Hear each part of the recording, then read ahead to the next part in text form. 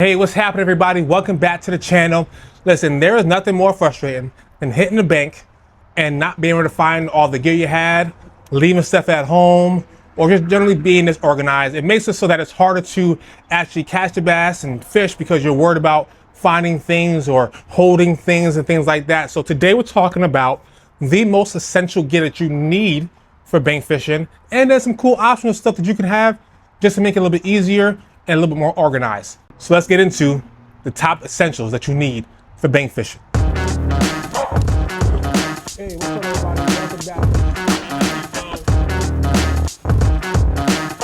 So as we go through this video, something important to note, in the description box below will be links to everything I'm going to talk about today. Anytime you use that link, it supports the channel. So use the links, support the channel. It's all down there for you. Help your boy out. As we get started, what is one bank fishing tool or bag or lure that you need to have? Leave it in the comment section below. I'd love to see it. The first thing you gotta have is a rod and reel. I would say 7-foot medium power spinning rod is the way to go. This is a Casking Perigee mixed with a Mega Jaws from Casking, or Megatron, sorry, from Casking. Great light spinning rod combo. You can actually get this one 10% off, and actually all Casking products 10% off, because your boy is now our brand ambassador for Casking. Give it up for your boy. That's the big announcement number one. I got 2 more announcements coming in other videos, so you gotta watch the new videos to get the other 2 big announcements. But this is a great one, but get anything you want. I've loved the Defy Black fishing rods for a long time. Try those. Luz has a bunch. Try whatever rod you want, but I suggest 7-foot or less. Medium power spinning rod will get you most lures and things you need done bass fishing, right? If you fish for other species, I don't know, use something else. But for bass fishing, this will do you. Probably the next most important tool you'll need, other than lures, we'll talk about lures a little bit later, is some scissors. This is an underrated, really important tool. Good braid scissors, good line scissors. You gotta have them. You're gonna get snagged, you're gonna have to change lures, all that kind of stuff. I like this boomerang one. It's nice, it clips to your belt. You can also get some from Walmart that are like, you know, 10 bucks or whatever. But this is a great one that can tether to your belt, tether to your bag, kayak seat, whatever. But these boomerang scissors are dope, excellent.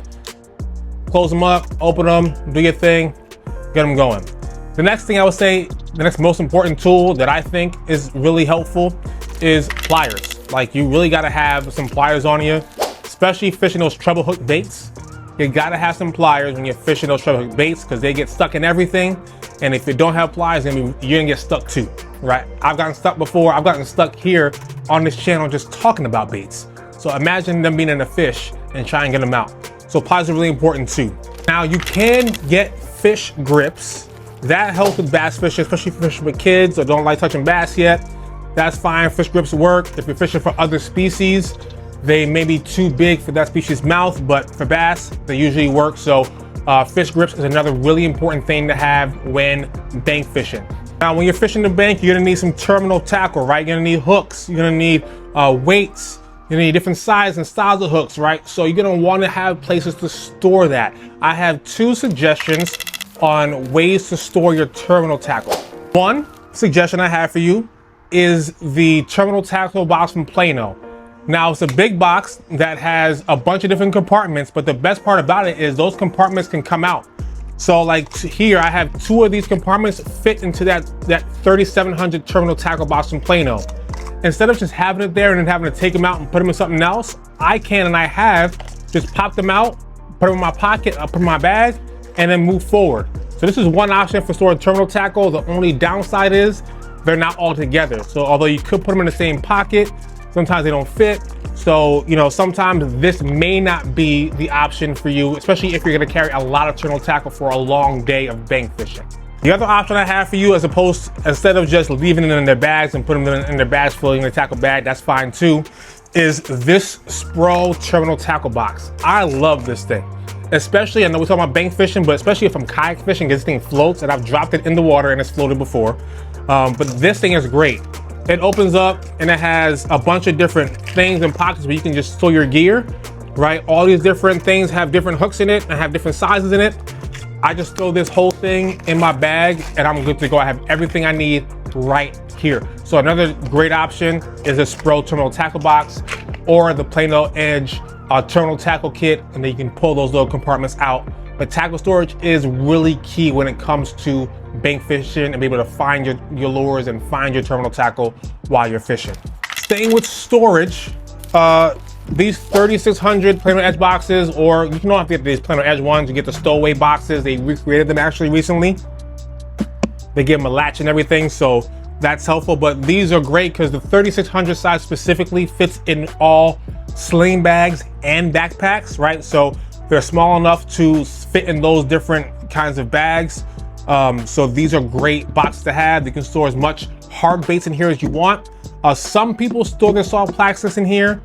Ooh, plastics in here as well. I don't do that. That's just not my thing. But you can. The only one you can't put in here, do not put Z-Man products in anything but the bag. They gotta stay in the bag. Some people do it, I don't. I like to keep all my soft plastics in a different piece of storage I'll talk about soon. Now, if you have the tools that we talked about already and some of the tackle storage that we talked about already, you're not gonna just walk around with that on the bank. You gotta put it in the bag. This is my favorite bag. If you've been a part of this channel, you see me wear it, you see me use it, you see me talk about it at length in this video right here.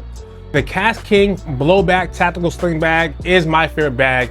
It holds two 3600 boxes, it holds a ton of soft plastics, it has a whole bunch of compartments. You can look at this video here if you want more about that specific bag, but listen, this bag, I love it. And I'm also getting to a point where I want something a bit bigger, so I'm looking at some other backpack options, but for most beginners, this will work just well for you bank fishing. I've also had other subscribers and people comment on videos talking about laptop bags. They've used laptop bags or old hiking bags or old military bags for bank fishing. So all those are pertinent options that you can use for bank fishing.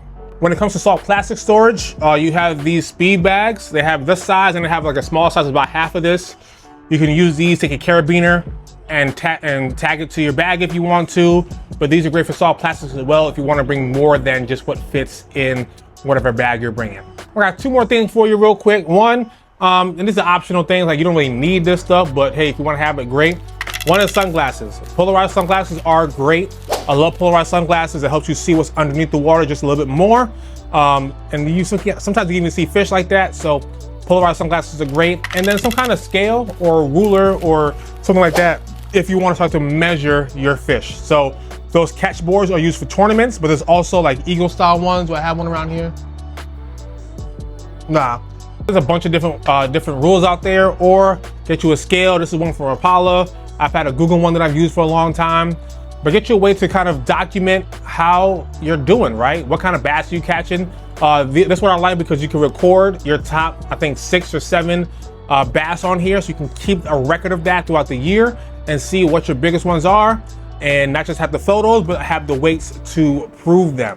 Hey, those are really what you need. Now, if you're doing more than catch and release, so there's a large population of bank anglers, especially some people down south, that when they go fishing, they ain't just catching, they cooking, right? So if you're doing that, you may want to bring things like, you know, a bucket or a cooler, right? Things like that. But for me, I'm just doing catch and release, so this is what I use. This is what you need. If you want to go fishing tomorrow, you really just need a rod, a reel, and some lures, right? I haven't talked about lures yet, but you can check out my best bank fishing lures video right here. That will help you out a big time with the lure situation. If this was helpful to you, hit the like button. If you haven't subscribed yet, what are you waiting for? Hit subscribe, be part of the family, and hit that comment section and let us know how you feel about us. Hey, thanks for watching, and I'll see you in the next one.